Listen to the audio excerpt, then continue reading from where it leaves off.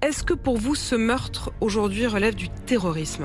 Sans aucun doute. Il y a aucune question à se poser. Enfin, le code pénal est très clair. À partir du moment où un individu veut semer la terreur, à partir du moment où un individu veut troubler de manière très profonde l'ordre public, eh bien, le parquet national antiterroriste, ce que l'on appelle le PNAT, se saisit automatiquement. Et là, c'est avec surprise que nous constatons que depuis 48 heures, le parquet national antiterroriste ne s'est pas saisi.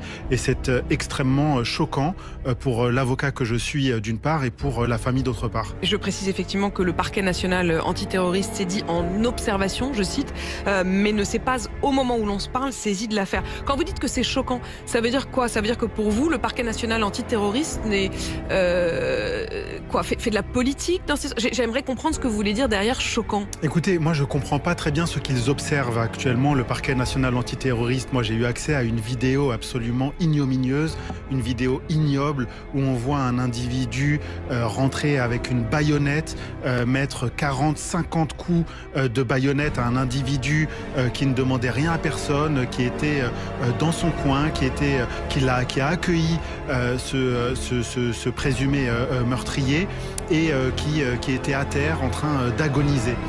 On a entendu sur cette même vidéo ce suspect, ce principal suspect, insulter la religion de ce dernier, l'insulter.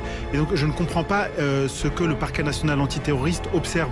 Le parquet national antiterroriste doit se saisir sans délai et ne doit pas laisser penser qu'effectivement, quand c'est dans d'autres lieux de culte, il se saisit immédiatement sans observation et que quand il s'agit peut-être de l'islam et d'un musulman, eh bien, il réfléchit, il observe, il prend le temps. Ça n'est pas acceptable. Ce que vous dites ce matin, et on l'entend bien, c'est que pour vous, il y a un deux poids, deux mesures. Écoutez, c'est pas moi qui le dis, c'est le parquet national antiterroriste à travers cette observation, je mets des guillemets, qui le dit, parce que je n'ai vu de mémoire, et sauf erreur de ma part, aucune autre jurisprudence, si je puis me permettre, où le parquet national antiterroriste prend le temps d'observer lorsqu'il s'agit d'un autre lieu de culte. Ça veut dire qu'aujourd'hui, vous estimez qu'en France, il y a une volonté de minimiser ce drame ? Écoutez, moi, je constate qu'on a un ministre de l'Intérieur qui s'est rendu sur les lieux plus de 48 heures après la commission des faits. Les faits ont eu lieu vendredi, il ne s'est rendu sur place que dimanche. Voilà, tout en maintenant ces meetings politiques à côté. Enfin bref, on a tout un tas d'événements et d'éléments très objectifs qui nous permet effectivement de constater que de plus en plus, la République trie selon les victimes. La République trie les victimes. Aujourd'hui,